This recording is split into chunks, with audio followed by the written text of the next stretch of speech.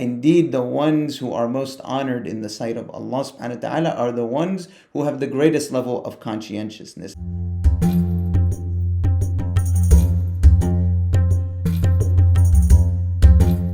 Assalamu alaikum wa rahmatullahi wa barakatuh. My name is Uthman Altalib, and this is your Ramadan reflection for today.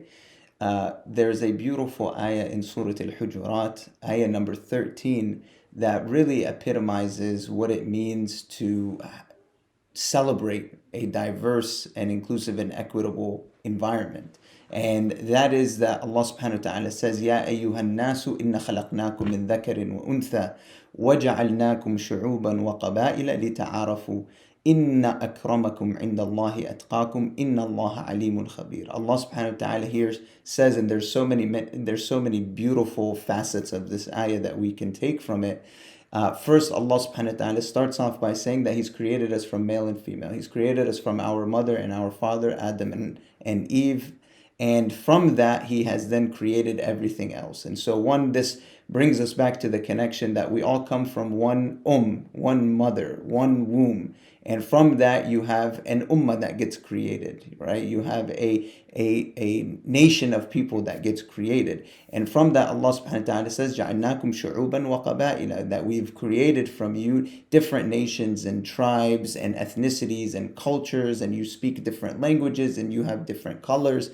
And the purpose of that creation, the purpose of those differences, لِتَعَارَفُوا, so that we can get to know one another. And so truly our differences become the reason why we should know more about each other, the reasons why we should come together more, and the reasons why we should be more united.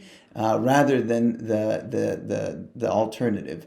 And then after that, Allah subhanahu wa ta'ala says that once we get to know each other, right, and that becomes a means of us coming closer to as a unit, as a unit of people that are worshipping Allah subhanahu wa ta'ala, then Allah subhanahu wa ta'ala says, Inna akramakum indallahi atqakum, that indeed the ones who are most honored in the sight of Allah subhanahu wa ta'ala are the ones who have the greatest level of conscientiousness. And what this means is that there's no difference between us because of our skin color or the language that we speak or the gender that we are, but rather the most honored of us in the eyes of Allah is only based on who has the most taqwa, who has the most God consciousness.